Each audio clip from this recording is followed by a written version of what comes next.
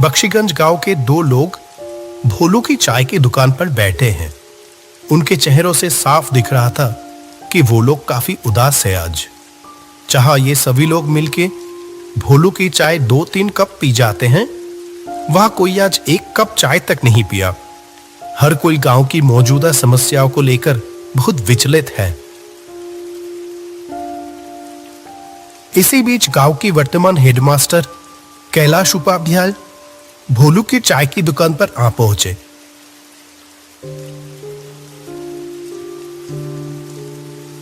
अरे रामलाल, माधव, तुम लोग यहाँ इतना उदास होकर क्यों बैठे हुए हो? मुझे इस गांव में आए हुए इतने दिन हो गए, मैंने तो कभी तुम लोगों को इतना परेशान नहीं देखा। हमेशा हंसते मुस्कुराते हुए ही देखा है, लेकिन आज अचानक क्या हुआ? आइए मास्टर जी, बैठिए। आपकी चाय तैयार है मास्टर जी। मुझे पता था आप थोड़ी देर में यहां आ जाओगे। हाँ हाँ बोलू, आज अपनी वो अदरक वाली चाय पिलाना मुझे, ठीक है? बहुत देर से सर दर्द कर रहा है। और हाँ, तुम लोग बताए नहीं कि हुआ क्या है, इतने उदास क्यों हो? असल में क्या है ना मास्टर जी, हम सभी लोगों का आज मन बहुत उदास है। क्यों? क्या हुआ? इतने खूबसूरत गांव के लोगों के साथ घुलने मिलने से किसी का भी मन बेहतर हो जाएगा, लेकिन उन्हीं लोगों को आज अचानक क्या हुआ? आप तो जानते ही हो मास्टर जी कि हमारे गांव में कोई अस्पताल नहीं था। कोई भी बीमार होता था तो उसको 2 गांव पार 10 मील दूर जाना पड़ता था। अस्पताल पहुंचने से पहले ही तो कितनों की मौत हो गई। इसीलिए हम सभी मिलके अपने पैसे बचा के इस गांव में एक अस्पताल बनवाया। लेकिन क्या? हमारी सारी बचत खत्म हो गई।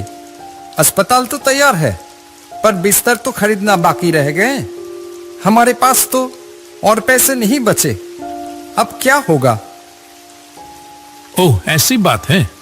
मेरे पास कुछ पैसे तो थे, पर वो तो मेरी बेटी की शादी में खर्च हो गए हैं। लेकिन हाँ, इच्छापुर गांव में मेरी पुश्तैनी जमीन है एक। अगर उसे बेच दिया तो जो पैसा आएगा, उम्मीद है उससे अस्पताल का बेड हो जाएगा। क्या कहते हो? ये आप क्या कह रहे हैं मास्टर जी? आप अपनी पुश्तैनी जमीन बेच देंगे? मेरे तो बस ये 1 साल की नौकरी बची है। मैंने तो मन बना लिया, जो प्यार यहां मिल रहा है, मैं तो बाकी की जिंदगी यही गुजारूंगा तुम लोगों के साथ। क्यों, नहीं रखोगे क्या? वैसे भी ये तो बड़ा ही पुण्य का काम है। भगवान ऐसे अवसर बार बार नहीं देते। रामलाल, माधव और भोलू की आंखों में जैसे आंसू आ गया हो। तीनों ने हाथ जोड़कर कैलाश मास्टर का शुक्रिया अदा किया। अरे अरे, ये क्या कर रहे हो? अच्छा सुनो, हम लोग कल ही निकल जाएंगे। काफी समय से कुछ लोग मुझसे वो जमीन खरीदना चाहते थे। देखते हैं, अगर इस बार बात हुई तो उनको ही बेच देंगे। अगले दिन सुबह कैलाश, रामलाल और माधव इच्छापुर गांव की ओर चल पड़े।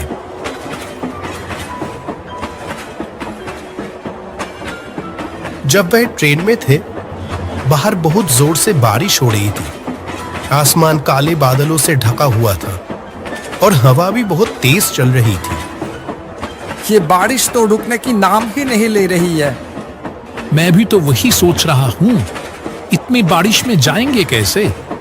वहां एक नदी भी तो पार करनी होगी। आपका गांव क्या स्टेशन से बहुत दूर है? स्टेशन में उतर के पहले हम लोगों को नदी के किनारे पहुंचना होगा, फिर वहां से नाव लेके नदी पार करके जाना होगा मेरा गांव। ऐसे ही बात करते करते समय बीतता चला गया। आखिरकार जब तीनों स्टेशन पर पहुंचे, वो शाम हो चुकी थी। सुनसान स्टेशन पर बस वही तीनों आके ही उतरे।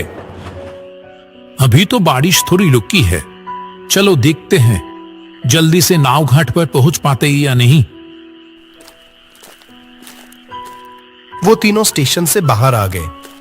आसपास कोई भी नजर नहीं आ रहा था। बारिश के कारण रात का अंधेरा अन्य दिनों के मुकाबले कुछ ज्यादा ही था।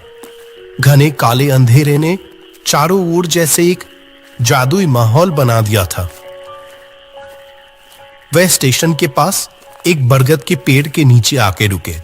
यहीं पर रिक्शा मिलता था। आज तो एक भी रिक्शा नहीं दिखाई दे रहा। इतनी बारिश की मौसम में क्या ही मिलेगा। किसी ने तो उम्मीद भी नहीं की होगी कि इतनी बरसात की रात में भी कोई आखिरी ट्रेन से यहां आ भी सकता है। अब क्या किया जाए?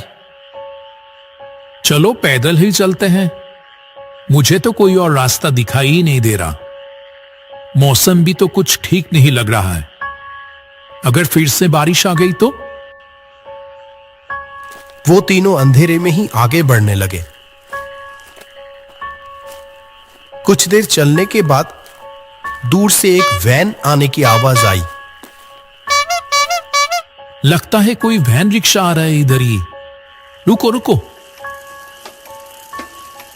कुछ ही देर में दूर से कच्चे रास्तों में एक वैन आती हुई दिखाई दी। कैलाश ने उस चालक को देखते ही पहचान गया। कहा, अरे रतन भैया, आपसे मिले हुए कितने महीने हो गए। वो आदमी कैलाश को थोड़ी देर देखा, फिर कहा, अरे कैलाश, कैसे हो? अपने घर जा रहे हो क्या? जी रतन भैया, मैं तो ठीक हूं। ये दोनों हैं रामलाल और माधव। मैं जिस गांव में अभी मास्टर हूं, ये दोनों उस गांव से ही है। हम सब तो अभी मेरे घर जा रहे थे। रतन भैया, आप हमें नदी के किनारे ले चलोगे क्या? तो आज रात की आखिरी नाव मिल जाती। रतन ने कहा, इस बरसात की रात में नाव मिलेगी? अच्छा चलो देखते हैं, बैठो। चलो रामलाल, चलो उठो। ये आखिरी मौका है। अगर ये निकल गया तो सारी रात यहीं रुक के बारिश में भीगना पड़ेगा। चलो चलो। सभी लोग वैन पे जाके बैठ गए। अंधेरे में ही वैन आगे बढ़ने लगी।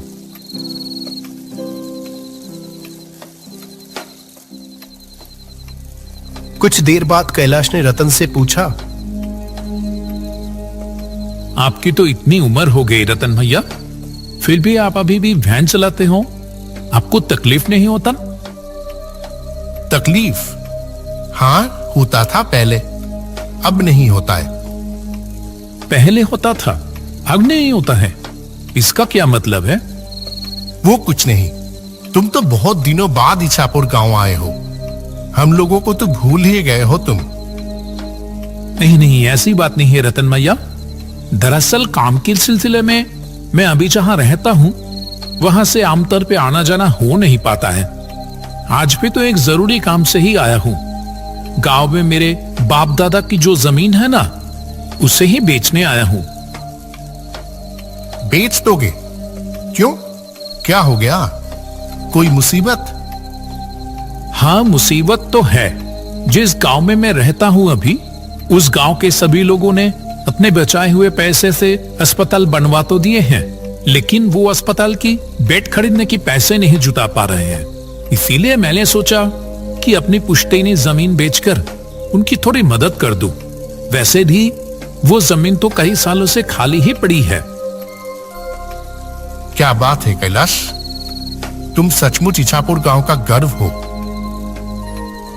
अरे नहीं नहीं, ऐसी कोई बात नहीं। ये देखो ना, ये रामलाल, माधव, ये सभी भी किसी से कम है क्या? ऐसे ही बातचीत चलते चलते सभी लोग नदी के किनारे आ पहुंचे। जब वो तीनों नदी की ओर देखें, तब नदी बहुत तेज बह रही थी। जो नदी हर वक्त शांत रहती थी, वह आज बिल्कुल अलग दिख रही थी। नदी के किनारे कुछ नाव बंधी हुई थी, लेकिन चलाने वाला कोई भी दिखाई नहीं दिया। जो सोचा था वही हुआ। एक भी माझी घाट पर नहीं है। वैसे भी इतनी रात हो गई है और फिर बारिश। कोई क्यों ही रहेगा अभी? ये तो बड़ी मुसीबत हो गई मास्टर जी। आज रात बारिश में भीगकर ही गुजारना पड़ेगा लगता है। अब क्या होगा मास्टर जी? आसमान का हाल देखा आपने? लगता है बारिश फिर से आने वाली है। आसमान में काले बादल फिर से आना शुरू हो गए। नदी की ओर से हल्की हल्की ठंडी हवा भी चलनी शुरू हो गई। रतन भी उन लोगों के साथ वहीं खड़ा था। जब वो तीनों बात कर रहे थे तभी उसने कहा, अगर आप लोग बुरा ना मानो तो मैं एक बात कहूं। आप ऐसे क्यों बोल रहे हो रतन भैया? बोलिए ना, क्या कहना चाहते हैं? लगता है थोड़ी ही देर में बारिश फिर से शुरू होगी और अभी तो कोई माझी भी नहीं है घाट पर जो नाव से अपनी घर जा सकोगे। उसके बजाय एक काम करो, वो देखो सामने ही मेरा घर है। सब लोग वही चलो, आज की रात वही गुजार लेना। हाँ, सही कह रहे हो आप। इससे पहले भी तो कितनी बार आपकी गाड़ी में स्टेशन गया हूं आपको आपके घर से बुला के। क्यों रामलाल, माधव, और तो कोई रास्ता नहीं दिख रही है। आज की रात वही गुजार लें। रतन भैया आज हमारा कितना बड़ा उपकार किया है, क्या बताओ। हाँ, माधव ने सही कहा। हम रतन भैया के घर पे ही चलते हैं, नहीं तो इस बरसात की रात में बड़ी मुसीबत में पड़ जाएंगे। सभी लोग मिलके रतन की घर की ओर बढ़ने लगे। जैसे वो घर के अंदर घुसा, एक अजीब सी बदबू आने लगी अंदर से, मानो बहुत दिनों बाद कोई इस घर को खोल रहा हो। रतन भैया, घर के अंदर इतनी बदबू क्यों? ये फर्श भी कैसा भीगा भीगा सा लग रहा है। असल में ये घर तो आधी समय बंद ही पड़ा रहता है। मैं तो अपनी गाड़ी लेकर बाहर ही रहता हूं और पानी शायद खिड़की से अंदर आया होगा। कमरे की कोने में एक टूटी खुली हुई खिड़की से हल्की सी रोशनी आ रही थी। घर में खाना तो कुछ नहीं है। मैं तो आप लोगों के लिए खाने का इंतजाम ही नहीं कर पाया। आप उसकी चिंता मत करो। इतनी खराब मौसम में रात को रहने के लिए जगह मिल गई, इससे ज्यादा और क्या चाहिए। अगर आप नहीं होते तो आज रात हम लोग कैसे बिताते, भगवान ही जाने। अरे ऐसी कोई बात नहीं है। ठीक है, आप लोग सो जाओ। और आप कहां रहोगे? मैं बाहर सो जाऊंगा, कोई परेशानी नहीं होगी। क्यों, आप हम लोगों के साथ सो जाओ ना। नहीं नहीं, मुझे कोई दिक्कत नहीं होगी। ये बोल के रतन बाहर चला गया और वो तीनों जमीन पर चटाई बिछाकर लेट गए। तब गहरी रात, अचानक कैलाश की नींद खुल गई। एक अजीब सी आवाज आ रही थी, जैसे कि कोई घर से थोड़ी दूर जमीन खोद रहा हो। कैलाश शुरू में तो नजरअंदाज करता रहा, लेकिन आवाज और तेज होने लगी। जो वो काम कर रहा था, जैसे कि वो किसी की परवाह किए बगैर ही किया जा रहा था। ये आवाज कहां से आ रही है? छोड़ आ गया क्या? कैलाश तेजी से उठा और खिड़की के पास आकर बाहर देखने लगा। रतन भैया घर से थोड़ी दूर पेड़ के नीचे खुदाई कर रहा है।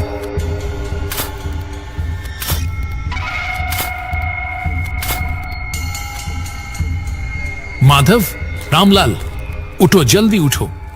मुझे यहां कुछ ठीक नहीं लग रहा है।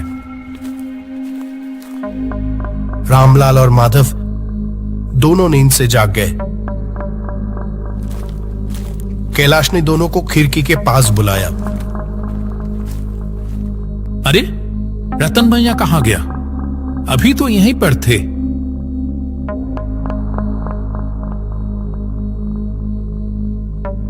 आपने ठीक देखा था मास्टर जी? हाँ हाँ बिल्कुल। चलो तो बाहर। वे तीनों घर के पीछे वाले पेड़ की ओर चल दिए। ये देखो, यहाँ पेड़ के नीचे जमीन पर कुछ है लगता है।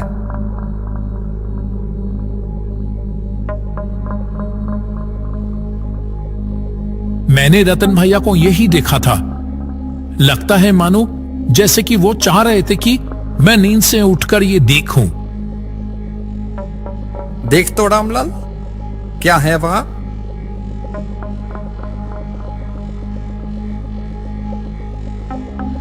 मिट्टी को हाथ से थोड़ा हिलाने पर रामलाल को पैसों से भरी हुई एक कलश दिखाई दी। अरे इसके अंदर तो बहुत सारे पैसे हैं। सच में? लेकिन ये है किसके? रतन भैया अभी कहां चले गए? ठीक है, वो दूसरों की पैसे है, उसकी हमें जरूरत नहीं। वो जैसे था उसको वैसे ही रख दो अच्छे से और चले आओ वहां से। ठीक उसी वक्त वो पेड़ जैसे हिल उठे। तीनों ने ऊपर देखा तो वहां लंबे पैरों वाला एक भयानक चेहरा बैठा हुआ था।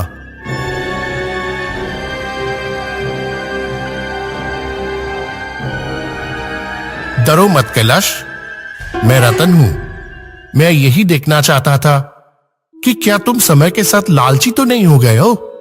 तुम सच में गांव का गढ़ हो कैलाश। तुम चाहते तो ये पैसे आसानी से ले सकते थे, और मैं अकेला बूढ़ा आदमी तुम तीनों के सामने तो टिक भी नहीं पाता।